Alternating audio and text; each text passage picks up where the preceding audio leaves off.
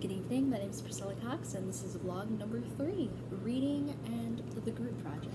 So while I was reading, I learned about work groups and teams, how we hold ourselves accountable. The ideal size for a group is 5 to 7, but you want as least people as possible in order to have it effectively done.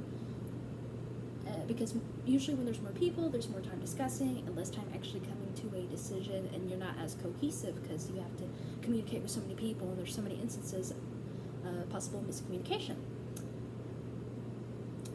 It's best to have a group composed of people who offer different but useful knowledge and skills, and we actually saw this in our group meeting on Friday. We all had different ideas on how to tackle this project. We brainstormed different problems for our product, how it could solve them, how our product could solve it.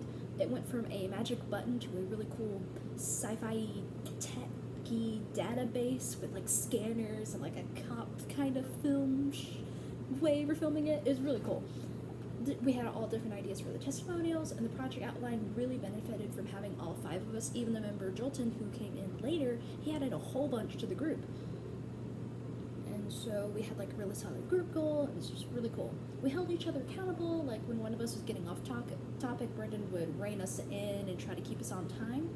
We found a really good synergy as a group. We didn't exactly have a designated leader per se, but we all had a shared leadership roles in a way, and we're all interdependent. Brendan and Dev were kind of like the logic people. They were doing the writing, the timekeeping, and kind of helping to start and guide the discussions. Reagan and Jolton were really good at like the acting and adding on to ideas and coming up with ideas, and they were really good at the maintenance roles. I was helping with like the presentation, film aspect. I did a little bit of logistics, but also helped with the it's kind of a jack of all trades in a way. I was bringing up things that others didn't want to mention or think about, and I challenge ideas to help them improve or add on to those.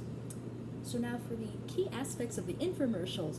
Know your audience, because everything from the music, the graphics, even the way who it was being narrated and who was narrating it would vary drastically depending on who was doing it.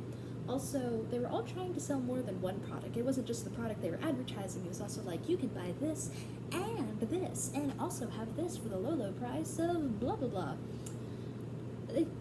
And then after they hyped up all the products, they would just tell you how much it would cost. They weren't trying to hide it. Sometimes they'd try to disguise the cost with like, oh, it's actually a really good deal because you're buying this, and it comes with this.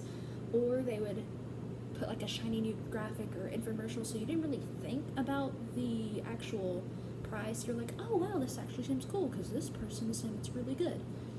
And all the testimonials varied drastically depending on the target audience. The teddy bear obviously was for mothers, young women, and children, and had very cute music and graphics, and it's very soft and comforting music.